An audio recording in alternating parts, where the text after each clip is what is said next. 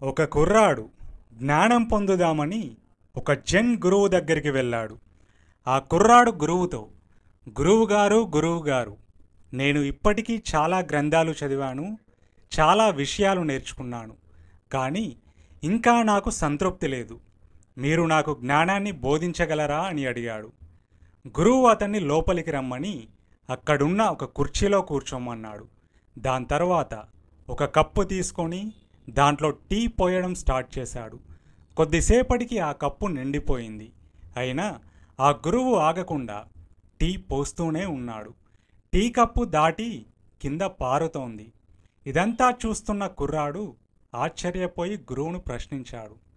గురువుగారు, కప్పు నిండిపోయింది, అయినా ఆ కప్పులో టీ పోయడం వల్ల ఏం ప్రయోజనం అని అడిగాడు. అప్పుడు గురువు చిన్నగా స్మైల్ ఇచ్చి, నువ్వు కూడా ఈ కప్పులాగే ఉన్నావు. నీ మనసు ఇప్పటికే జ్ఞానంతో నిండిపోయింది. ముందు దాన్ని ఖాళీ చేయకుండా కొత్త జ్ఞానాన్ని ఎలా పొందుతావు అన్నాడు. స్టోరీ అయిపోయింది. నాకు జెన్ కథలంటే ఎందుకు ఇష్టమో తెలుసా? జెన్ స్టోరీస్లో సాగదీత ఉండదు. అవి చిన్నగా, సింపుల్గా, సూటిగా, చాచి దవడ మీద ఒక్కటి పీకితే ఉన్న మొత్తం 32 పళ్ళు రాలినట్టు ఉంటాయి. ఒక మూర్ఖ శిఖామణి నిన్నటి పాడ్కాస్ట్ కింద కామెంట్లు చేశాడు. మీరిప్పుడు చూసినా ఆ కామెంట్లు అక్కడ ఉండవు. ఎందుకంటే యూట్యూబ్కి కంప్లైంట్ చేశా, అవి అన్నింటినీ తొలగించింది. ఇకపై ఆ మూర్ఖ శిఖామణి మన ఛానల్లో కామెంట్ చేయకుండా చేసేసింది.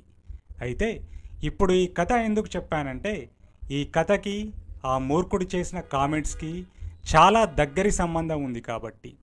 ఇక్కడ ఆ కుర్రాడు తనకు అంతా తెలుసు అనుకుంటూ ఇంకేదో తెలుసుకోవాలని గురువు దగ్గరికి వచ్చాడు.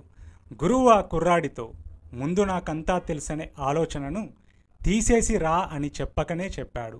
నిజానికి ఏ వ్యక్తికైనా అంతా తెలుస్తుందా? సోక్రటీస్ ఏమన్నాడంటే, నాకేమీ తెలియదనే విషయం తెలుసుకున్నాను అన్నాడు. దాంతో అతను ప్రపంచంలోనే అతిపెద్ద జ్ఞానిగా పేరు పొందాడు. అయితే అలాంటి పిల్ల బచ్చాగాలను ఉద్దేశించి పాడ్కాస్ట్ చేయట్లేదు, కానీ చాలామందికి ఏమీ తెలియదు, అయినా తమకంతా తెలుసనే భ్రమల్లో బతుకుతుంటారు పాపం. నువ్వు ఇంకొకడు చెప్పేది వింటున్నావు, ఇంకొకడు రాసింది చదువుతున్నావు, ఇంకొకరి దగ్గరికి వెళ్ళి ఏమైనా చెప్పండి అని అడుగుతున్నావంటేనే దానర్థం ఏంటి? నీకు తెలియదు అనే కదా. మరి అలాంటప్పుడు తెలియంది తెలియదని చెప్పక, తెలియంది కూడా తెలుసని అనుకుంటూ, తెలిసి చెప్పిన వాడిని నీకేమీ తెలియదని, నీకు తెలిసింది కూడా ఆ తెలిసి చెప్పిన వాడికి చెప్పలేక, తెలిసి తెలియక చేసే తెలివి తక్కువ పనుల వల్ల ఎవడికిరా ఉపయోగం మూర్ఖ.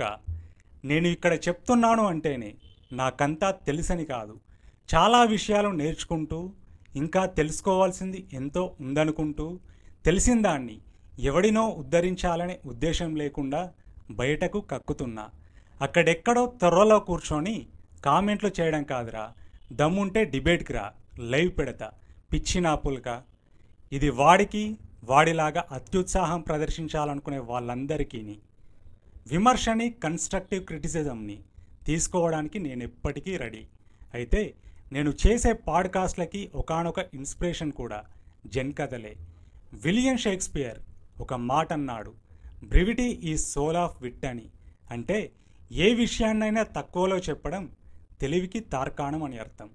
100 పేజీల్లో నిక్షిప్తమైన జ్ఞానాన్ని 4-5 నిమిషాల్లో చెప్పడం అత్యంత కష్టం. అలాంటి కష్టమైన పనులు చేయడమే వినాశనానికి ఇష్టం.